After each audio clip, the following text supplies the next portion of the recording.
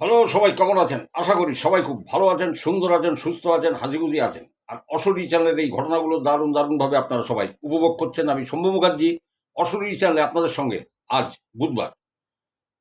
তো আমার সবসময় একটা মানে তো মানে কি বলবো, একটা থাকে যে অনেকে ওয়েট করে বসে থাকে। সাবস্ক্রাইবার যত বেশিই হোক, তার মধ্যে কিছু লোক 4,000, 5,000 কি 6,000, তারা তো অন্তত বসে থাকেন, অপেক্ষা করে থাকেন যে কখন জেঠুর গল্প আসবে, কখন কাকুর গল্প আসবে, বা কখন দাদার ঘটনা দাদা বলবেন। তো দেখুন, ঘটনাগুলো তো খুব সোজা হয় না, মানে অনেক সাল তারিখ, অনেক কিছু, অনেক জায়গার নাম মনে রাখতে হয়। মানে নট ইজি টু সে, মানে আজ গল্প এলো, আজকে ঘটনা এলো, কালকে আমি বলে দিলাম, এরকম হবে না, পারবে না কেউ, খুব মুশকিল আছে। তো চলুন আমি দুটো সাজেস্ট করেছি, আজকে দুটো আমি বলে দিই। আর যাদেরটা বলছি না, বা যেগুলো পেন্ডিং আছে, আমি সব বলে দেবো, কেউ আমাকে তাড়াহুড়ো করাবেন না, আমি সব বলে দেবো। যদি দরকার হয় তার হোয়াটসঅ্যাপে গিয়ে আমি পিন করবো, ঠিক আছে, কোনো চিন্তা নেই। তো চলুন, তো আজকে প্রথম ঘটনাটা বলি। হাবড়ার একটি ছেলে, হাবড়া। তো হাবড়ার এই ছেলেটি নাম হচ্ছে গৌরব মজুমদার। ছেলেটি এই 2012-13 সালের ঘটনা। ছেলেটি তখন সেকেন্ড ইয়ারে পড়ে, হাবড়ার সেকেন্ড ইয়ারে পড়ে। হাবড়ার বিখ্যাত কলেজটা তো জানেনি, হাবড়ার ওই কলেজটা নাম করা কলেজ আছে। সুতরাং উত্তর 24 পরগনায় যারা থাকেন তারা সবাই জানেন হাবড়ার কোন কলেজের কথা আমি বলছি। তখন ব্যাপারটা হচ্ছে যে একদিন ও কলেজে গেছে ওই রকম। তো সেদিন গিয়েও জানতে পারে যে ওর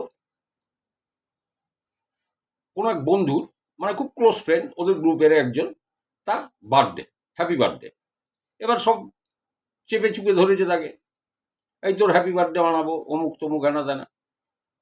ফলে সেও বলছে ঠিক আছে, চলে আয়, আমি সব অ্যারেঞ্জমেন্ট করছি। আর সেকেন্ড ইয়ারে পড়ে, যুবক বয়স, বুঝতে পেরেছেন, একটু উঠতি বয়স। তো এই বাড়িতে এই গৌরব মাকে ফোন করে বলেছে যে মা, আমি অমুকের তো জন্মদিন, সুশান্তর জন্মদিন, আমি ওদের বাড়ি থেকে খেয়ে দিয়ে ফিরবো, বার্থডে সেলিব্রেশন। বলে ঠিক আছে। আর এই সুশান্তর বাড়িটা গৌরবের বাড়ি থেকে বেশি দূর না, মানে 500 মিটারের মধ্যে। সুতরাং ওর মা তো চিন্তাও করেননি। এবার ব্যাপারটা হয়েছে, ও আমাকে জানাচ্ছে যে জেঠু ওখানে তো গেছি, গিয়ে বার্থডে মানে কলেজ থেকে সোজা ওর বাড়িতে, সেখানে সমস্ত সব সাজানো গোছানো, তারপর সন্ধ্যেবেলায় কেক কাটা সব হয়েছে, হয়ে তারপরে এইবারে বলছে একটু ড্রিঙ্ক টিঙ্ক হয়েছে।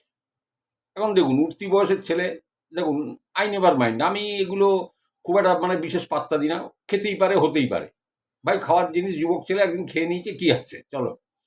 তো খেয়েছে। তা ও আমাকে লেখার আগে বলেছে যে কিছু মনে করবেন না, আমি এরকম করেছিলাম, আমার সব বন্ধুরাই। তো যাই হোক, যে কজন গিয়েছিল, তা খেয়ে যেতে, এবার খেয়ে বলছে যে রাত্রি যখন আমি বাড়ি ফিরবো, তখন প্রায় 12টার থেকে 12:30 বাজে, ঠিক আছে।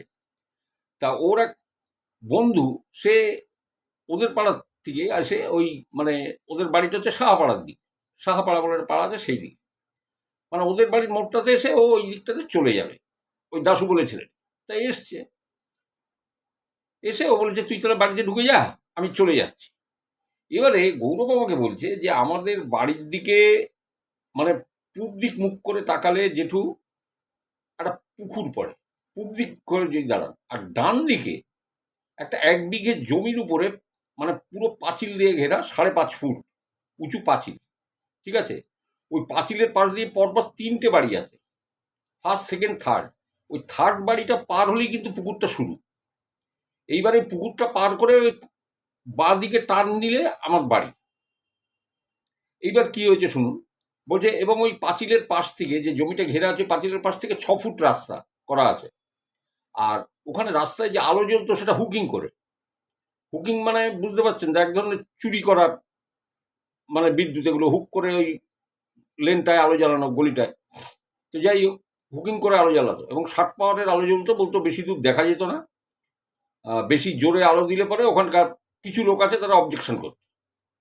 হ্যাঁ, জোরালো আলো দিলে, জানলা দিয়ে আলো পড়ছে, রাত্রে ঘুমোতে পারি না, ঠিক এইরকম এরকম ব্যাপার। যাই হোক, ও বলছে 12:30 মতো বাজে, দাশুর বাড়ির দিকে চলে গেল হাঁটতে হাঁটতে, বেশি দূর না। আমি আমার বাড়ির রাস্তাটা ধরেছি, ওই পাঁচিলের ওই সামনেটা ধরেছি। বলে আমি যখন কিছুটা দূর এগিয়েছি, তখন দেখছি যে পাঁচিলের ওই সামনেটা দিয়ে একটা বাচ্চা ছেলে, হ্যাঁ, একটা বাচ্চা ছেলে কি মেয়ে তো বুঝতে পারছে না, একটা বাচ্চা সেটা লাল রঙের পুতুল নিয়ে ওখানে বসে খেলছে। এবার বলছে আমি গেছি ঘাবড়ে, আমি বাচ্চাটাকে দেখে বুঝতে পেরেছি এ তো অমুক বাড়ির বাচ্চা। আমি আর টাইটেলটা নিলাম না, তাহলে মানে জানাজানি হবে, এটা জানাজানি হলে খুব মানে একটা বিপত্তি হবে, ওই জন্য আমি বললাম না কোন বাড়ির বাচ্চা। তো এটা তো অমুক বাড়ির বাচ্চা। হ্যাঁ, তো এখানে এত রাত্রে কি করে এলো, কি করছে? বলে এই বলে আমি না আস্তে আস্তে এগোচ্ছি জেঠু, জানেন তো, বলছে আমি ড্রিঙ্ক করেছি, কিন্তু জেঠু আমরা বেহুশ হয়ে যায়নি কেউ, মানে ওরম ড্রিঙ্ক তো আর করিনি আমরা যে নালায় নর্দমায় পড়ে যাবো বা কিছু হবে এরকম। বাচ্চাটা ওখানে বসে খেলছে। বলে আমি বাচ্চাটা তো এই বাড়ির বাচ্চা, এখানে বসে খেলছে কি করে? হ্যাঁ, বলে আমি সাবধানে আস্তে আস্তে যখন বাচ্চাটার কাছে যাচ্ছি, তখন দেখছি ওই পাঁচিলের পাশ দিয়ে একটা বুড়ি লাঠি হাতে বেরিয়ে আসছে। এইবার আমার জেঠু এই বুড়িকে দেখে আত্মারাম খাঁচা হয়ে গেছে, কারণ এই বুড়িকে আমি চিনি। 2000 সালে এই পুকুরটা ভেসে গেছিল, তখন এই পুকুরের মধ্যে পড়েই বুড়ি মরেছিল বলে একে আমি চিনি, একদম পরিষ্কার চিনি। ওকে দেখেই আমার প্যালপিটেশন শুরু হয়ে গেছে। এদিকে বাচ্চাটা ওই হামা মারতে মারতে পুকুরের দিকে এগোচ্ছে। বলে জেঠু আর ওই বুড়িটা এগিয়ে আসছে, বললো আমার দেহ ঠেহ না সব অসাড় হয়ে গেছে, অসাড়। আমি এগোতে পারছি না। বলছে এই করে করে আমি যে কখন পুকুরের কিনারে চলে এসেছি, গার্ডওয়াল দেওয়া আছে কিন্তু পুকুরে, চারপাশ সিমেন্ট দিয়ে বাঁধানো। বললো কখন পুকুরের পাশে আমি চলে এসেছি আমি নিজেও জানি না। বলছে এদিকে আমার মা দাশুকে ফোন করেছে, এই দাশু তোরা কোথায়, এত দেরি হয়ে গেল। তখন বলছে কেন, গৌরব বাড়ি ঢোকেনি? কাকিমা আমি তো বাড়ি চলে এসেছি। তাহলে ওর তো বাড়ি পৌঁছে যাওয়ার কথা। তো তখন ওর মা ভাবছে তাহলে বোধহয় বাড়িতে আছে। দেখুন, সন্তানের কোনো বিপদ হলে না মা সব থেকে আগে কিন্তু টের পায়, জানেন তো, একটা মনের ভিতরে একটা খচখচানি থাকে। ওই গৌরবের মা বলছে চলো তো, কালকে পুকুরে এরকম একটা ঘটনা ঘটে গেছে, বাচ্চাটা জল ডুবে মারা গেছে, চলো তো যে দেখি, পুকুরের সামনেটায় গিয়ে দাঁড়াই, যে এত দেরি করছে কেন। মানে কোনো একটু কিছু উনি বুঝেছেন। এইবার পুকুরের সামনেটায় যখন এসছেন, তখন গোঙানির আওয়াজ পাচ্ছেন, গোঙানির আওয়াজ। এবার গোঙানির আওয়াজ টর্চ লাইট মেরে দেখছেন যে ওই গৌরব পুকুরের গার্ডওয়ালটা এইরকম ভাবে ধরে আছে, পুকুরের গার্ডওয়ালটা এইভাবে, গলাটা আর মাথাটা জলের উপরে, ও জলের মধ্যে। আর তখন গৌরব বলছে যে তখন মনে হচ্ছে যে আমাকে কোনো পৈশাচিক শক্তি আমাকে টেনে নিয়ে যাচ্ছে জলের ভিতরে। বলে মা আর বাবা এসে আমাকে যখন ডেকেছে, তখন জিনিসটা আমাকে ছেড়ে দিল, এবং আমি কি করে এইখানে নামলাম জেঠু, আপনি বললে বিশ্বাস করবেন না, আমি জানি না, কিছুই জানি না। আমি বেহুশও না, মাতালও হইনি, কিচ্ছু না।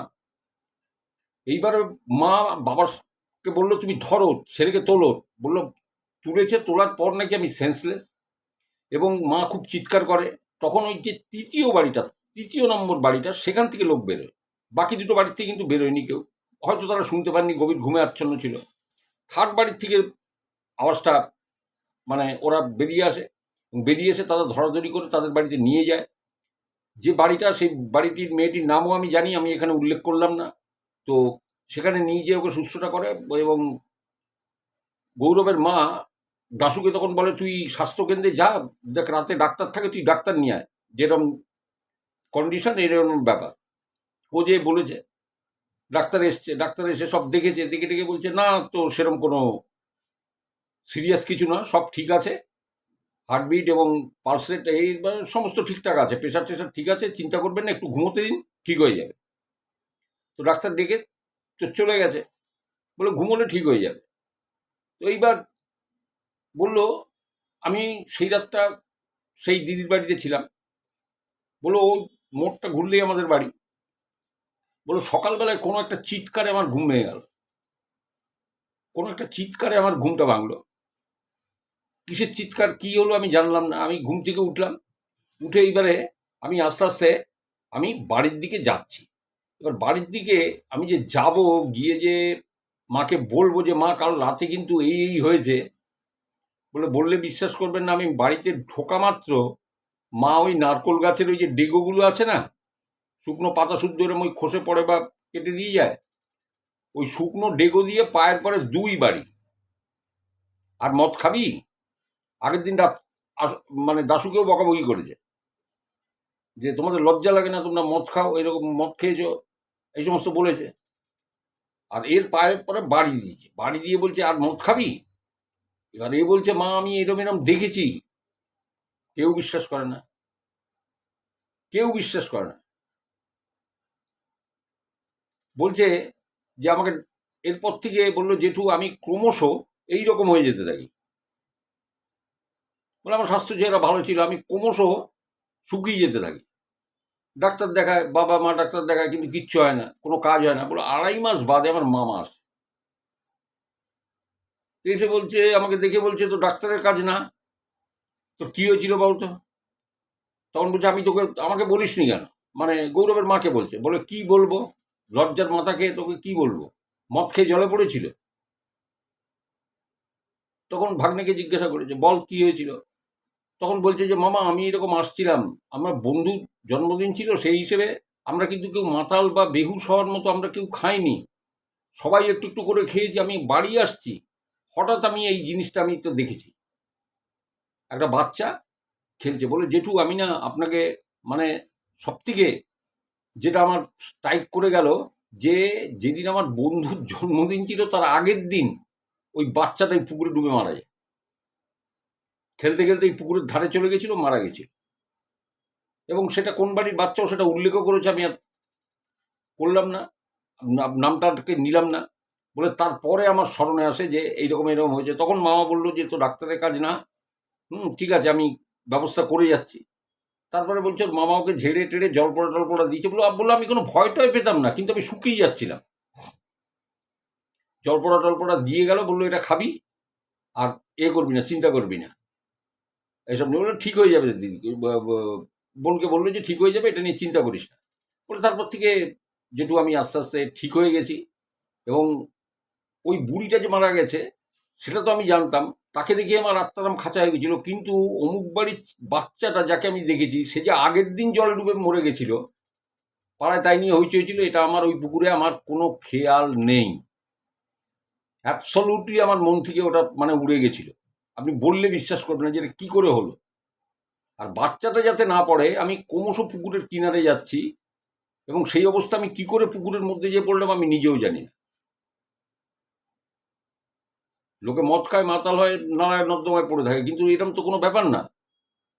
আমি নিজের অবচেতন মনে ওই দুটো জিনিসকে দেখে আমি কখন পুকুরের কিনারে গিয়ে পুকুরের মধ্যে পড়েছি আমি নিজেই জানি না। তো যাই হোক, এই ঘটনাটাও আমাকে জানিয়েছিল আজ থেকে প্রায় বেশ কয়েক মাস আগে, প্রায় বোধহয় বছর ঘুরতে চললো। এবং দেখুন আমি ঘটনা সেট করে রাখি, যার যা ঘটনা আমি সেট করি, এক একদিন এক একটার সঙ্গে জুড়ে তারপরে বলি।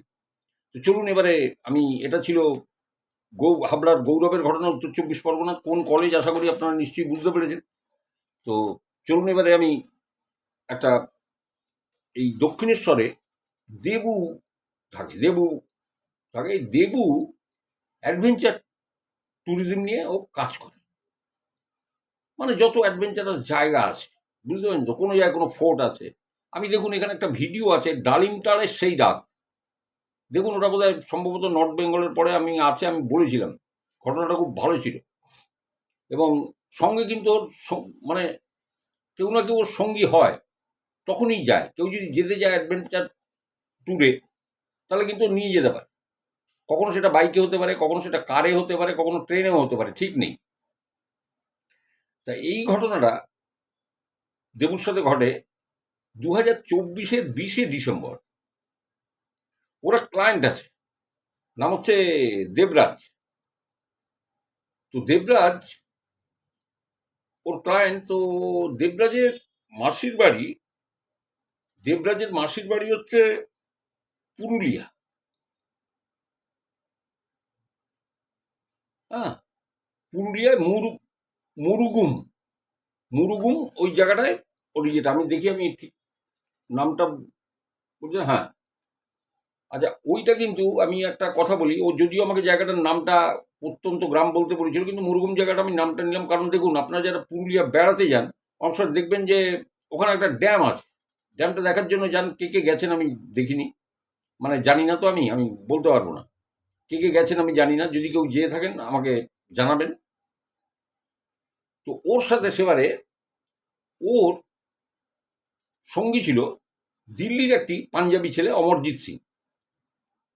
ঠিক আছে, মানে বাইক ওরা গেছে, মাঝখানে ঘন্টাখানেকের একটা বিশ্রাম, তারপর টানা বাইক চালিয়েছে এবং পৌঁছে গেছে ওই দেবরাজের মাসির বাড়ি।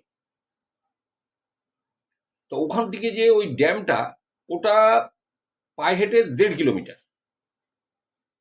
এবার মাসির বাড়িতে গেছে, মাসির ছেলে, দেবরাজের মাসির ছেলে, তার নাম হচ্ছে সহদেব, তার বন্ধু হচ্ছে শ্যামল, কৃষ্ণ, পরিমল, যোগেন, এরা সবাই।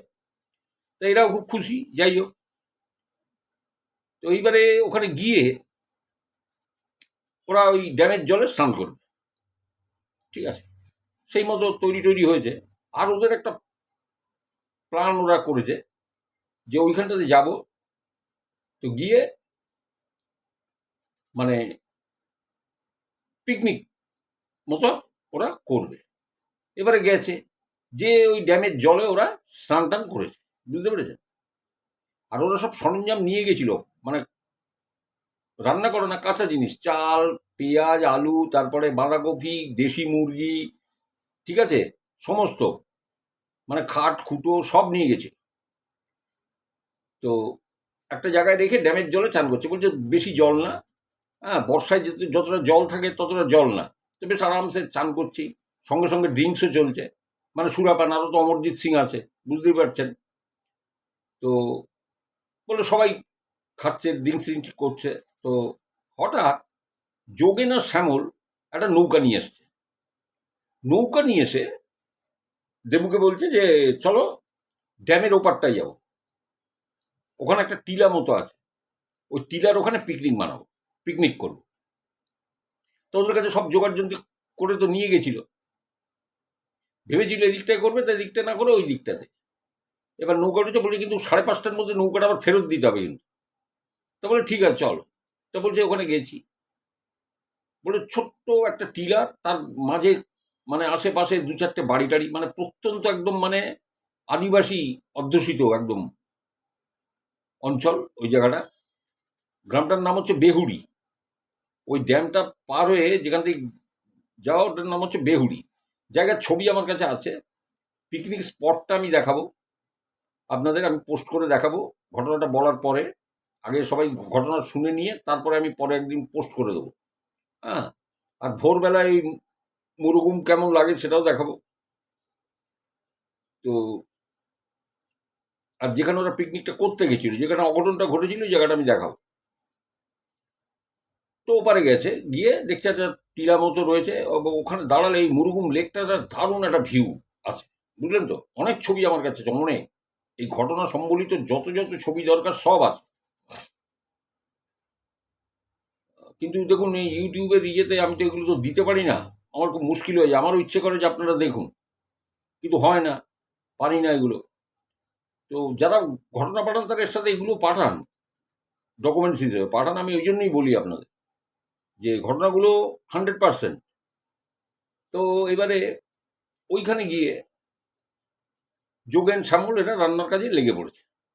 আর অমরজিৎ সিং মানে কণ্ঠ ভরে আকণ্ঠ মদ্যপান করছে, পাঞ্জাবি ছেলে, বলে আমরাও খাচ্ছি, তবে অমরজিতের মতো না।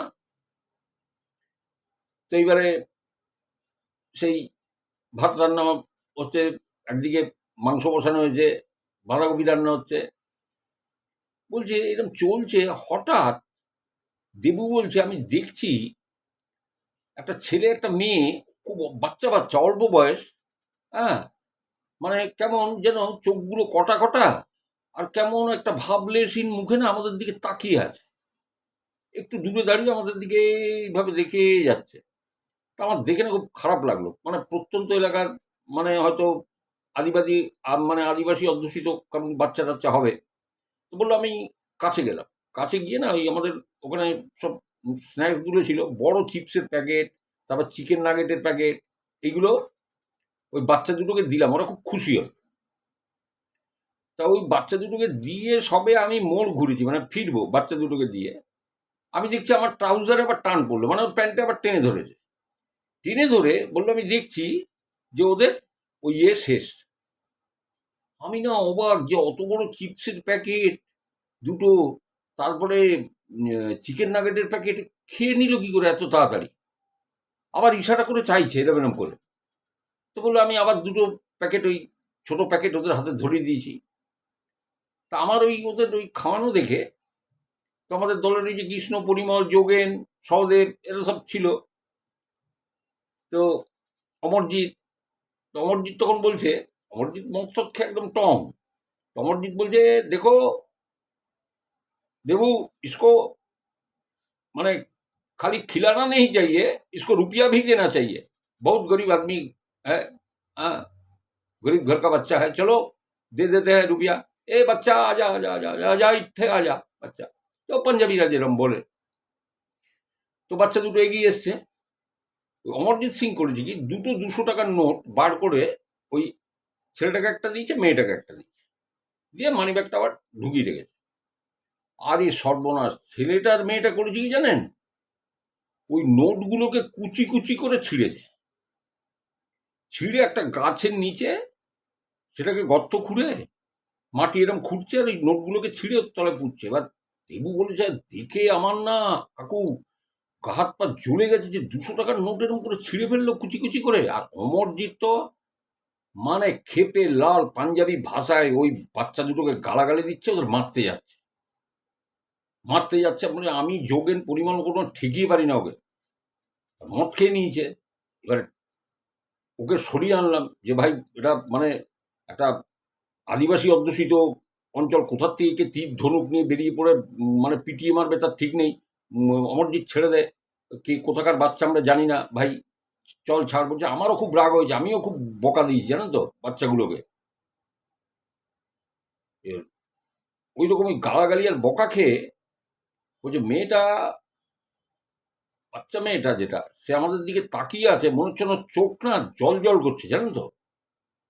তারপর কি একটা যেন হিস হিস করে কি একটা ইশারা করলো, ইশারা করে ওই ছেলেটার হাত ধরে চলে যাওয়ার জন্য উদ্যত হলো, মানে ওখান থেকে চলে যাবে।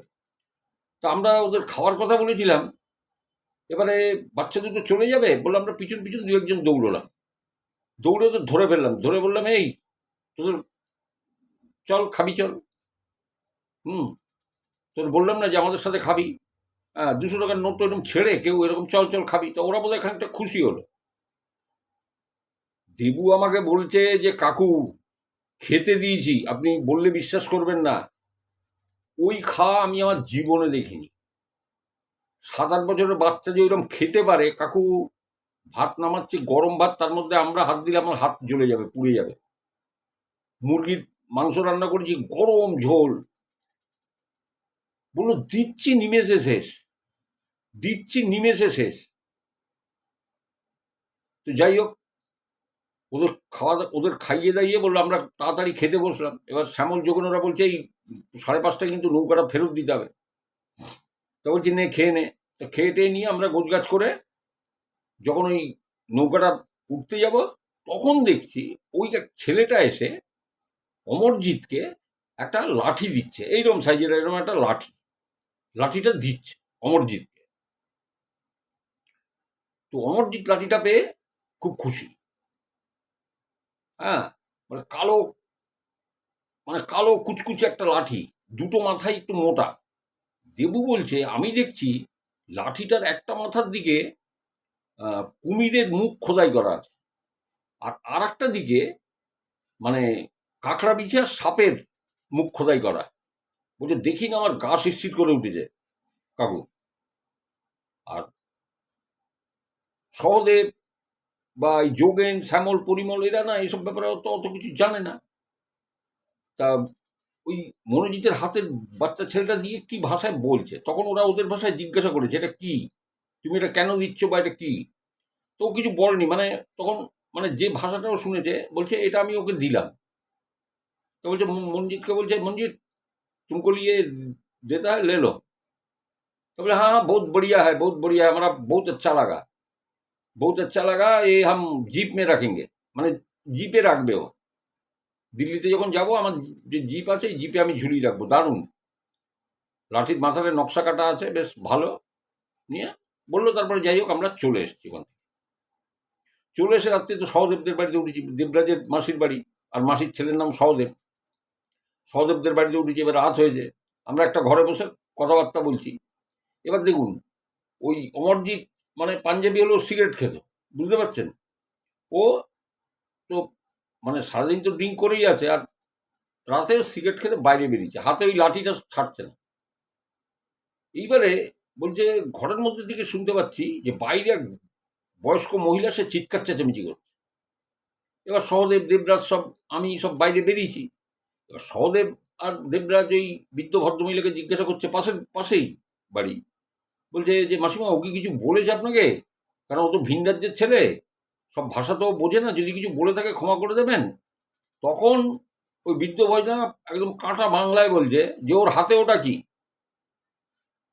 ওর হাতে ওটা কি? হ্যাঁ, এ তো মরেক তুরাইয়ের লাঠি। মরেক তুরাই নাম শোনেননি হয়তো আপনারা, আমিও প্রথম শুনলাম।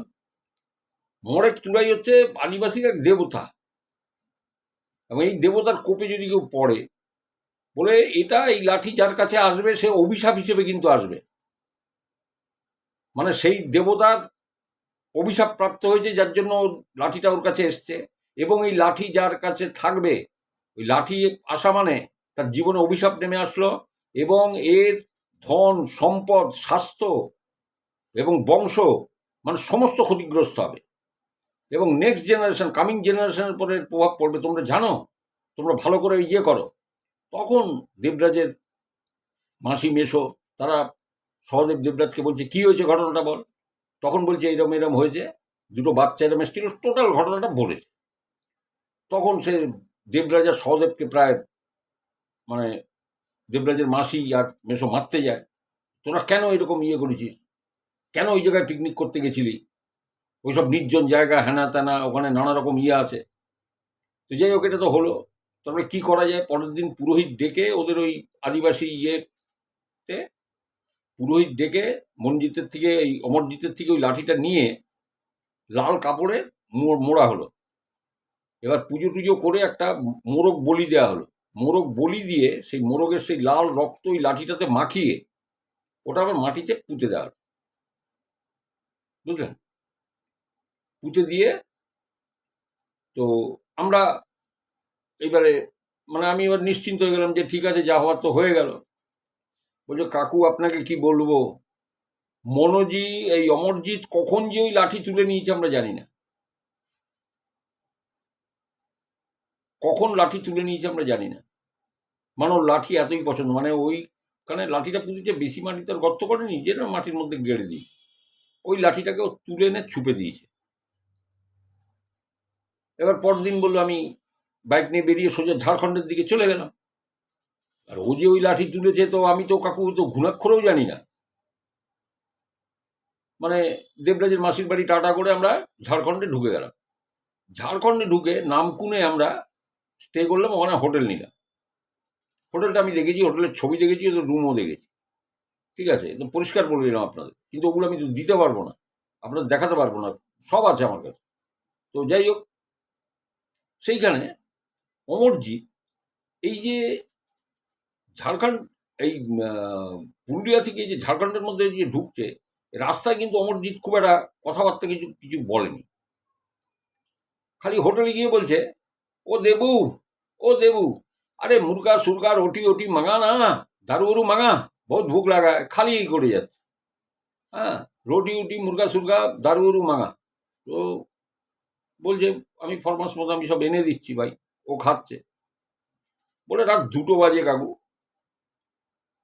শুয়ে আছি, এবার আমার বাথরুম পেয়েছে, ঘুম ভেঙে গেছে। আমি উঠে বাথরুমে গেছি। বাথরুমে এসে দেখছি অমরজিৎ বেডে নেই, অমরজিৎ বেডে নেই। এবারে কি করি, আমি খুঁজছি অমরজিৎকে, অমরজিৎ কোথায় গেল। এইবারে কাকু আমি দেখছি যে ব্যালকনি থেকে কোনো কথা বলার আওয়াজ আসছে। আমি এবার মোবাইলের টর্চটাকে জ্বেলেছি, কিচ্ছু করিনি, চুপচাপ গেছি। দেখছি যে অমরজিতের মাথায় পাগড়ি নেই, পুরো চুলটা মেয়েদের মতো এতখানি খোলা, গায়ে এক ফোঁটা কাপড় নেই, পুরো উলঙ্গ। ও ব্যালকনিতে বসে হাতে লাঠি নিয়ে কি একটা দুর্বোধ্য ভাষায় কথা বলছে। আমি না দেখে আমার গা হাত পা ভার হয়ে গেছে। আমি তখন ওকে যে ডেকেছি, এই অমরজিৎ, হ্যাঁ তুমি ইয়ার কে কর রহে হো, হ্যাঁ। ও তখন আমার দিকে তাকিয়ে এরম করছে, "শ্, শ্", আমার দিকে তাকিয়ে আঙুল দেখাচ্ছে, চুপ করো বলে। আবার আমি ডাকছি, এই অমরজিৎ, এই অমরজিৎ, ক্যা হুয়া তোমারা। বলছে এইবারে করলো কি জানেন তো, উঠে আমাকে একটা ধাক্কা দিয়ে সরিয়ে ওই লাঠি হাতে সিঁড়ি দিয়ে, হোটেলের সিঁড়ি দিয়ে নেমে গেল। আমি ওর পিছু নিয়েছি। এবার লাঠিটা নিয়ে ওর দৌড়ে নিচে নেমে করেছে কি, পাঁচিল টপকে বেরিয়ে চলে গেছে, দৌড় দিয়েছে। আমি হোটেলে চিৎকার করে নাইট গার্ড স্টাফ তাদের বলেছি, আমি যে এইমাত্র কেউ বেরিয়ে গেল এখান থেকে। বলে না, গেট দিয়ে তো যায়নি, বলে তারা পাঁচিল টপকেছে। আমার বন্ধু অমরজিৎ ছিল, আমি এই রুমে আছি। বলে হ্যাঁ তাই তো। তো কি বলছেন, পালিয়ে গেছে? বলে হ্যাঁ। বলে আপনার আমার সঙ্গে চলুন, মোটর বাইকে উঠুন শিগগিরই, যে কোনো একজন। তো বলছে কাকু, সেই রাত থেকে খোঁজা শুরু করেছি।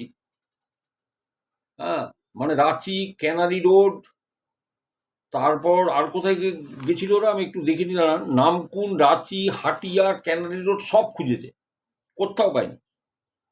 সকাল 8টা 9টা পর্যন্ত এইসব জায়গা ওরা টল দিয়েছে, অমরজিৎকে কোথাও খুঁজে পাচ্ছে না। এইবারে করেছে কি,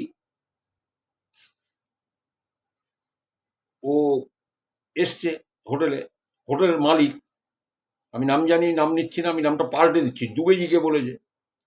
দুবেজিকে বলাতে দুবেজিরও একটা দায়িত্ব থেকে যায়, তার হোটেল থেকে এরকম পালিয়েছে, মুশকিলটাতে কিছু হয়ে গেলে এনার পরেও বর্তাবে।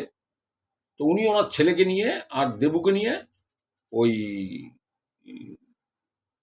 ওই থানাটায় উনি গেছেন। থানাটা হচ্ছে, আমি আপনাদের বলে দিই, ওই থানাটা হচ্ছে বালুয়াতি থানা, ঠিক আছে। এটা বোধ হয় হ্যাঁ। তো সেই থানাতে গেছে, থানাতে গিয়ে এরকম বলছে যে আমার এখান থেকে কাস্টোডিয়ান থেকে এরকম, মানে হোটেল থেকে এরকম পালিয়ে গেছে, এই দিল্লিতে থাকে। তো অফিসার জিজ্ঞাসা করছে আপনার কাছে কোনো ছবি আছে? তো বলছে ছবি আছে কোনো? তা বলছে না। এ বলছে যে হ্যাঁ ছবি তো আমার কাছে আছে, কিন্তু এমনি তোলা ছবি নেই, মোবাইলে ছবি আছে। তোর দেখা, তার মোবাইলে ছবিটা দেখিয়েছে। তো দেখানোর পর পুলিশ বলছে ঠিক আছে, আপনি তো 8টা 9টা অবধি খুঁজেছেন, আমি ডায়েরি লিখে নিলাম, নিখোঁজ ডায়েরি। আপনি চিন্তা করবেন না, আমি পাঠাচ্ছি, টিম পাঠাচ্ছি, দেখি কি করা যায়। বুঝতে পেরেছি। এইবারে বললাম আমি হোটেলে ফিরে এসেছি। তো ফিরে এসে ওর ভাই করণজিৎকে ফোন করেছি, করণজিৎ আর পার্টনারকে, মানে অমরজিতের পার্টনারকে।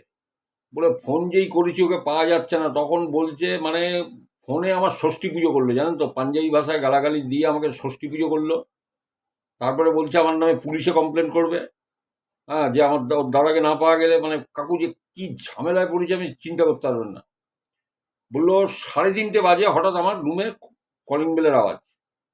আমি দরজা খুলে দেখি বালুয়াতি থানার পুলিশ আমার কে বলছে যে আপনি চলুন, আপনার বন্ধুকে চুনাভাট্টি বলে একটা জায়গা আছে, সেখান থেকে পেয়েছি। এবার আমি গেছি, হোটেলের মালিকও গেছে, সে তাকে ঠেকিয়ে রাখতে পারছে না অমরজিৎকে, হাতে লাঠিটা রয়েছে জানেন তো। এবারে সে পাগলের মতো করছে, ধরে রাখা যাচ্ছে না। ওরা ডাক্তার ডেকেছে থানা থেকে, ডাক্তার এসছে, ডাক্তার ঘুমের ইঞ্জেকশন দেবে, এমন ধাক্কি করেছে, নিডিল ভেঙে দিয়েছে, নিডিলটা ভেঙে দিই। তা এইরকম চলছে যখন, তো ওই থানার উল্টো দিকে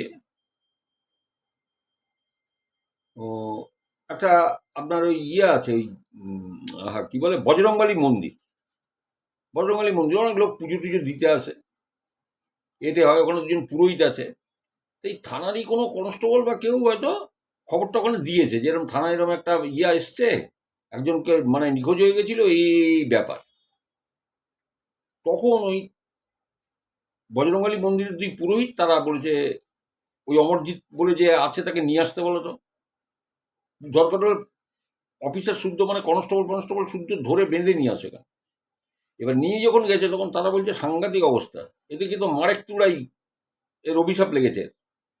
সেও সেই একই কথা বলছে, বলছে একটু দণ্ড দিয়া হয় তো লাঠি। তো বলছে হ্যাঁ। বলে ও তো অভিশাপের চিহ্ন। হ্যাঁ, এর তো মানে অবস্থা খুব খারাপ করে দেবে, পাগল করে একে মেরে দেবে, প্লাস এর পারিবারিক ক্ষতি হয়ে যাবে। বলে দেখো আমি একটা করি, ওই ফোন করছি আমি। হ্যাঁ, এটা রাতু রোডে আছে, রাতু রোড আপনারা সবাই জানেন। তো সেখানে ফোন করছি, সেইখানে যে ধর্মগুরু আছে তারা জানে এইটা। হুম, তাদের ফোন করে দিচ্ছি আমি, ওরা কি কি করতে হবে ওরা সব বলে দেবে, সেই মতো একে কিন্তু নিয়ে যান ওখানে, তাহলে কিন্তু ভর বিপদে পড়ে যাবে। তো এইবারে সেখানে তো ফোন করেছে, তারা ওখান থেকে বলছে 11টা পায়রা, 11টা দেশি মুরগি, প্রচুর পরিমাণে হাড়িয়া, আর 11 কিলো টক দই, এইটা লাগবে। তা নাহলে কিন্তু কাজ করা যাবে না। নিয়ে 12টার মধ্যে আসতে হবে আমাদের এখানে, রাত 12টার মধ্যে পৌঁছে যেতে হবে। তা দেখুন, রাঁচিতে আপনার হাড়িয়া টাড়িয়া সবই পাওয়া যায়, মানে কোনো অসুবিধা নেই, কেনা পাবেন আপনি, পায়রাও পেয়ে যাবেন, মোরগও পেয়ে যাবেন, দইও পেয়ে যাবেন, অসুবিধা নেই। বললো আমরা সব কিনে টিনে নিয়ে, আর করঞ্জিতটা ওই দুপুরের ফ্লাইটে চলে এসেছিল, ওর বন্ধুকে নিয়ে করঞ্জিত দুপুরের ফ্লাইটে এসে দেখেছে দাদার ওই অবস্থা। তো করঞ্জিতকে নিয়ে, অমরজিৎকে নিয়ে, ওর বন্ধুকে নিয়ে বলে আমরা তো গেলাম সেই সমস্ত সামগ্রী নিয়ে। তো ওদের আমি নামটা মনে করতে পারছি না, আমি বারবার এই জন্য না ভুল হয়ে যাচ্ছে। ওদের ওই পুরোহিতদের কি বলে, কি ইনাগাস না কি একটা, দেখি তো আমি নামটা মনে করতে পারি কিনা।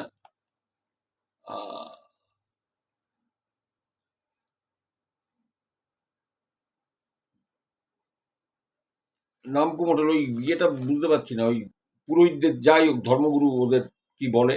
হুম, আমি পরে যদি মনে পড়ে আমি বলে দেবো। তো সেখানে নিয়ে গেছে, বলে সে অমরজিৎকে নামানো যাচ্ছে না জিপের থেকে, জানো তো, নামানো যাচ্ছে না। তখন ওই ওদের যে ধর্মগুরু আছে, এই পুরোহিতটা আছে, তারা এসে ওর গায়ে কি একটা জল ছেটালো, জল ছেটাতে ওর নেতিয়ে গেল। নেতিয়ে যাওয়ার পর বলে চ্যাংদোলা করে আমি করঞ্জিৎ ওকে বলে, আপনারা যদি ঘরটা দেখেন না আপনারা অবাক হয়ে যাবেন। এইরকম একটা গোবর নেকানো একটা চালি মতো একটা ঘর, পরিষ্কার একদম, মানে উঠোন টুটুনগুলো দারুণ পরিষ্কার। সেই ঘরের মধ্যে ঢুকিয়ে নিল, ঢুকিয়ে বললো আমাদের বের করে দিল। খালি করঞ্জিৎ ছিল আর অমরজিৎ ছিল। বলছে ওর ভাই থাক, আপনার বাইরে যান। বললো কাকু সারা রাত অমরজিতের চিৎকার আর ওই ওদের ওই মন্ত্রোচ্চারণ আর শুনে যাচ্ছি। ভোর 5টা, তখন দেখছি করঞ্জিৎ, মানে ওর পোশাক টোশাক পরা অমরজিতের, ধরে ধরে অমরজিৎকে নিয়ে করঞ্জিৎ বেরিয়ে আসছে। তখন অমরজিৎ খুব দুর্বল। তো যাই হোক, ওরা বলল যে ঠিক হয়ে গেছে, কোনো আর অসুবিধে নেই, তবে কিছুটা তো প্রভাব তো পড়েছে, আপনারা এবার নিয়ে যেতে পারেন। তো বললাম আমি হোটেলে তো এলাম, ফিরে এলাম, এবং পরদিন দুপুরের ফ্লাইটে ওদের টিকিট করে দিলাম দিল্লি ফেরার। ওরা দিল্লি ফিরে গেল। তবে কাকু আপনাকে একটা কথা জানাচ্ছি যে অমরজিৎ কিন্তু ভালো নেই, ওর বা হাত এবং বা চোখটা কিন্তু মানে প্রায় খানিকটা অকেজো টাইপের হয়ে গেছে, এইটা আপনাকে জানালাম। তো যেমন ওই হনুমান মন্দিরের ওই যে বজরংবলী মন্দিরের পুরোহিতটা বলেছিল যে এ কোনোভাবে ওই মারেক তুলাইয়ের সন্তানদের মারতে গেছিল বা অপমান করেছিল, অথবা সেই পবিত্র স্থানে এ মল মূত্র বা থুতু কিছু ফেলেছিল, কিছু একটা করেছে। এবার মারতে তো গেছিল, সে তো সবাই জানে। ওই বাচ্চা দুটোকে যে গালিগালাজ করেছে সেটাও জানে। বুঝতে পেরেছেন? তাহলে তো ঠিকই বলেছে ওই বজরংবলী মন্দিরের পুরোহিতটা, এবং তারা বলেছে রাতু রোডে অমুক জায়গায় নিয়ে যান, তাহলে ঠিক হবে না। এবং তারা লম্বা চওড়া ফর্দ ধরে দিয়েছে যে এইগুলো নিয়ে ওই রুগী নিয়ে আমাদের কাছে আসুন। এবং যাই হোক, মানে দেবু বলছে যে আমি বিরাট বাঁচা বেঁচে গেছি, কাকু আপনি চিন্তা করতে পারবেন না। তা এই অ্যাডভেঞ্চার ট্যুরে কিন্তু এরকম হয়। মরগুমা আমি জায়গাটা বললাম, মরুগুমা আমি জায়গাটা বলে দিলাম। যারা পুরুলিয়া গেছেন সেই ড্যাম দেখেছেন কিনা জানি না, ওর উল্টো দিকে আছে এই টিলাটা আছে। আমি পারলে ওই টিলাটার ছবি আর মরুগুমার ভোরের ছবিটা দেবো, বাকি ছবি আমি দেবো না, কারণ অসুবিধা হবে। আর পুরোহিতদের নামটা আমার মনে পড়ছে না, ওদের পুরোহিত কি বলে কি, একটু আগেও আমার মনে ছিল, আসলে বলি না, এগুলো মাথায় রাখা খুব মুশকিল। আমি কমেন্টে জানিয়ে দেবো, কেউ যদি কমেন্টে আমি প্রত্যেককে বলে দেবো যে এই পুরোহিতদের কি বলে। আমরা যেমন পুরোহিত মশাই বলি বা ঠাকুর মশাই বলি, ওরা ওদের এক একটা ইয়েতে একরকম নাম আছে। তা এই বিপদটা ওরা ফেস করেছে 2024-এ, বেশি দিনের কথা না, 20শে ডিসেম্বর ওরা স্টার্ট করেছিল দেবু যাত্রাটা। তা ঘটনাটা আমি আপনাদের শুনলাম, আপনাদের কেমন লাগলো আপনারা জানাবেন। 41 মিনিট হয়ে গেছে। তো আজকের মতো আসি। দেখুন, সবসময় না ভূত প্রেত বা অমুক এগুলো অনেক সময় ভালো লাগে না। আবার অনেক সময় দৈব অলৌকিক ঘটনা, এগুলো আদিবাসী সম্প্রদায়ের মধ্যে কি আছে, দেবু কিন্তু অ্যাডভেঞ্চার ট্যুর যেগুলো করে, আহ, যারা যেতে চায় এই অ্যাডভেঞ্চার ট্যুরে, তাহলে যোগাযোগ করতে হবে। যেতে আপনি পারেন, কিন্তু একটু দম থাকা চাই। কোথায় যাবে, কোথায় নিয়ে ফেলবে, আর কোন দুর্গম জায়গা সেখানে কিছু আছে, মানে এমন কোনো কোনো জায়গা যেখানে খুব দুর্গম, সাধারণ মানুষ সেখানে আমি আপনি যাই না, হয়তো ওর আশপাশ দিয়ে ঘুরে আসি, কিন্তু ওই জায়গাটায় ঢুকি না। এরকম আছে তো, একদম একদম ইন্টিরিয়ারে ঢুকে যায়। এবং একটা ঘটনা আছে ওর, আমি ওটা বলা সম্ভব না, ওটা বলা সম্ভব না, কারণ কোনো স্টোরি টেলার মাথায় অত ঢোকাতে পারবে না ভাই, অত নাম। আমি এখানে পুরোহিতের নামটাই মনে করতে পারছি না, একটু বাদেই হয়তো আমার মনে এসে যাবে, আমি যা বলতে পারলাম না ভিডিও। মানে এত হোটেল, এত গাছের নাম, এত রাস্তার নাম, সে কাংচু লাংচু, লাংচুতে অমুক হোটেলে ছিলাম, ওই সময় 1:30টার সময় অমুক হলো, মানে আপনি চিন্তা করতে পারবেন না। ওটা পাঠ করা ছাড়া কোনো রাস্তা নেই অত মনে রাখা। তোমরা যদি, হ্যাঁ আপনি বলতে পারেন, আপনি যদি নিজে যান সেই জায়গাটায় এবং নিজে আপনি ট্রাভেলটা করেন, তাহলে আপনি কিন্তু বলতে পারবেন। কিন্তু আপনি শুনে বা পড়ে আপনি বলাটা খুবই দুঃসাধ্য ব্যাপার, খুব দুঃসাধ্য ব্যাপার। তো যাই হোক, আপনাদের কেমন লাগলো আপনারা জানাবেন। আজকে সেকেন্ড ঘটনাটা আমি একটু অন্যরকম ঘটনা বলেছি, কারণ সবসময় একঘেয়ে ওইরকম ভালো লাগে না, আরও অনেক ঘটনা আছে। আমি সব সময় মতো নিয়ে আসবো, ঠিক এইরকম কোনো বুধবার বা কোনো শুক্রবার বা কোনো সোমবার আপনারা অশরীরী চ্যানেলের দিকে চোখ রাখবেন। আর কোনো নাম বা কোনোটা যদি আমি বলতে ভুলে যাই, এই যেমন এখানে মাঝে মধ্যে হোঁচট খাচ্ছিলাম আমি, ওই পুরোহিতের নাম বলতে গিয়ে, পুরোহিতদের ওদের কী বলে, নাগাইশ না কি একটা যেন বলে, তো যাই হোক আমি সেটা কমেন্টে বলে দেবো। তো ওইটা মনে করতে গিয়ে আমি ঘটনার দিকে পিছড়ে যেতে হয়, থতমত খেতে হয়। হ্যাঁ, এক নাগাড়ে ঘটনা বলা খুব টাফ।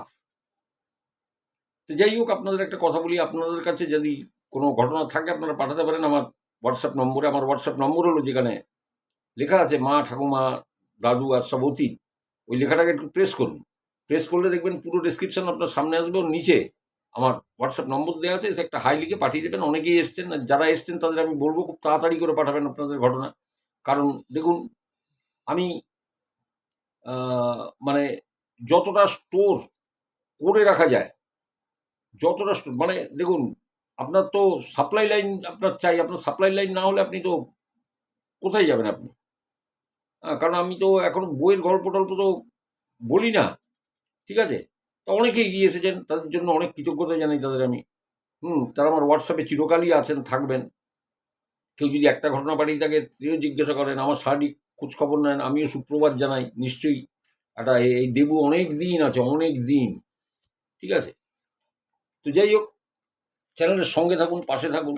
যদি ভালো লাগে সাবস্ক্রাইব করে দিন। সাবস্ক্রাইব করে বেল আইকনটা প্রেস করবেন। কেন পরশু দিন আমার একজনের সঙ্গে দেখা হলো, আমাদের পাড়ারই, বললো আপনার ঘটনা তো পাচ্ছি না। আপনি কী করে পাবেন না? আপনি তো নোটিফিকেশন যাবে, বেল আইকন প্রেস করা আছে। বললো হ্যাঁ, তা তো করা আছে। তা আপনি চ্যানেলটা সার্চ করবো কীভাবে? আমি বলে দিলাম এইভাবে সার্চ করুন, এসে যাবে।